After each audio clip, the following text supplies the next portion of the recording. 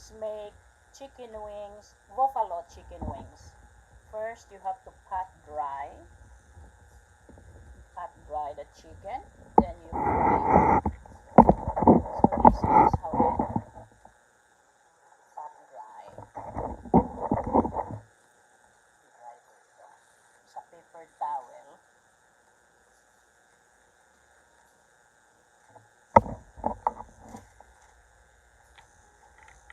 Ayan.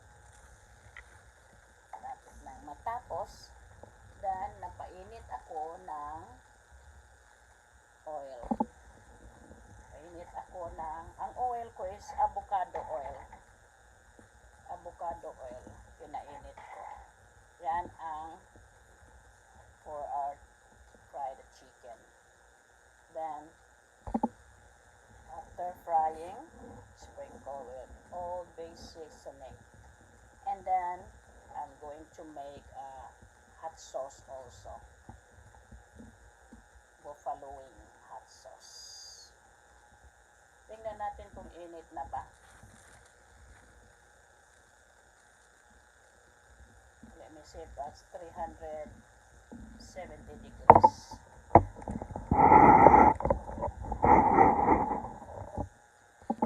Kung wala kayong thermometer, you can check it with your chopstick.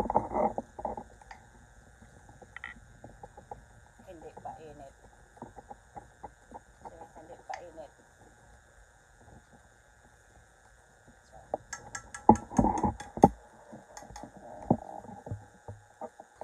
So, all these chicken wings is pat dry. Then we're going to fry it. Let's check again. Hindi pa init. Pero nagbukal-bukal na ng konti. Hindi pa init na mainit sa the right temperature. Kasi hindi ko, it's only in 4 para hindi sobrang init mabilisan. So, konti-konti. Kasi ang stove na ito is they're very good. It heat up so fast.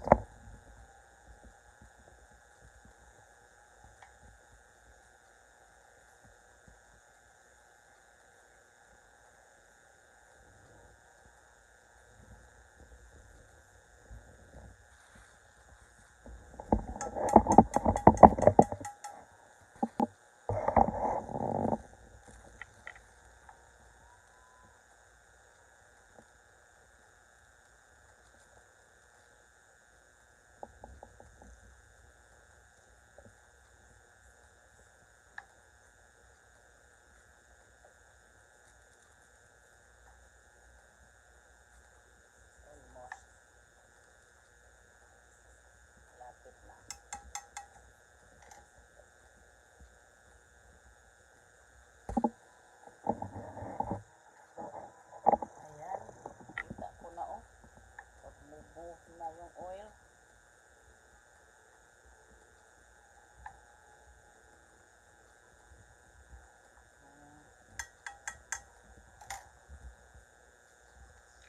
Ayan. Ako'y matalsik.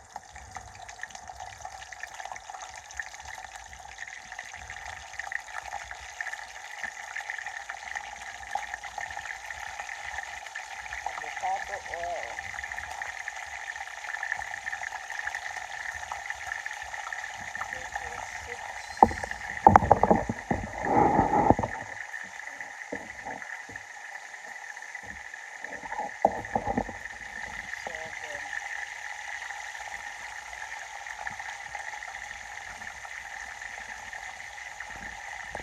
Gawa tayo ng old beef wings, then buffalo wings later.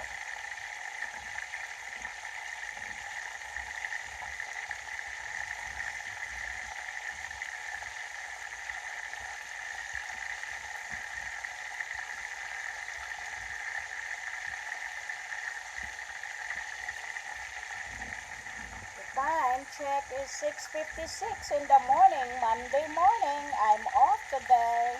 It's Martin Luther King. So, lumabas na yung dugo. Palabasin pa natin yan. Ang chicken wings natin. Kailangan ipat dry para crispy, para hindi tumalsik ng talsik at magtubig. Ayan. Ano ko muna bago ko i-turn yan.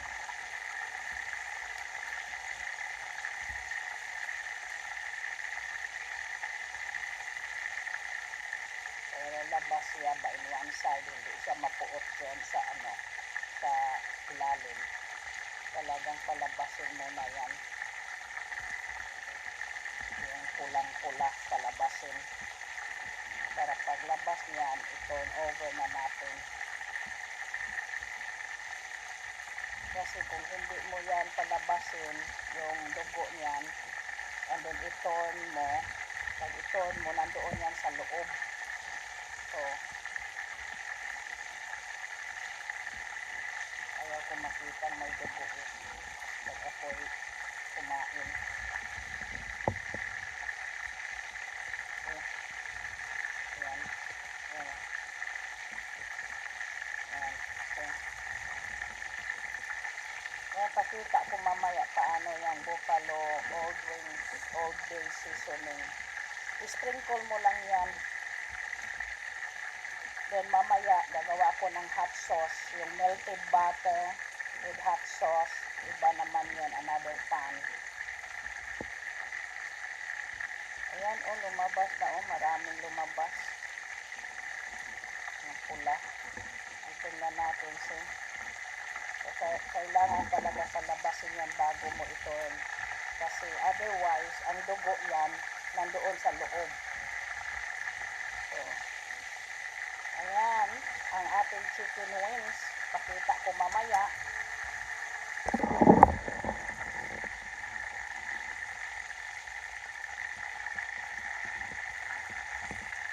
Ayan, i-change na natin. Kasi ang dugo na, lumabas na yung dugo Ayan, see. Ow, ang init, napiksan ko. Ayan, see, ang dugo. Hindi na, lumabas na talaga, so nag-drive na. So, ayan, pinaliktad na natin. At saka tamang-tama kasi brown na siya na one side. Nakalabas talaga ang dugo. Hindi napuot doon sa ilalim. So, ganyan ang gagawin nyo guys pag mag-chicken wings kayo. Magprito kayo ng wings. In one side muna the skin on first para lalabas ang mga dugo. Pag lumabas na yung mga dugo, doon nyo pa change. I-turn. Ganyan. And then, yung temperature ninyo, medium lang talaga from the start of the heating the oil hanggang paglagay ninyo sa chicken. So, hindi pa yan ready. So, ayan, I'll let you see the finished one. There we go, guys. Ready? Put it in here.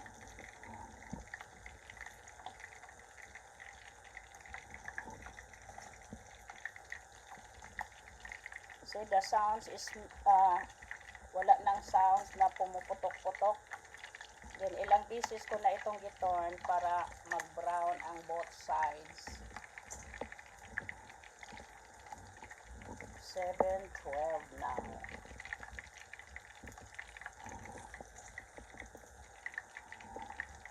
So, ang ganda ng pagka-brown niya. Hindi minabadali. At saka, lutong-luto siya.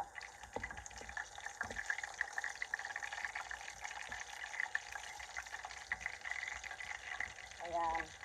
So, now,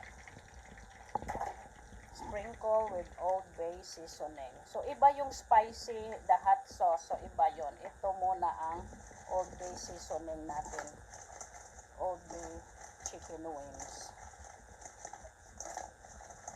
Ayan. Yun lang yun. See how beautiful that is? And then, ang taste niya is Old Bay seasoning. This is Brian's favorite chicken wings. Old Bay seasoning. And then, gagawa ako ng spicy sauce mamaya. Thanks for watching!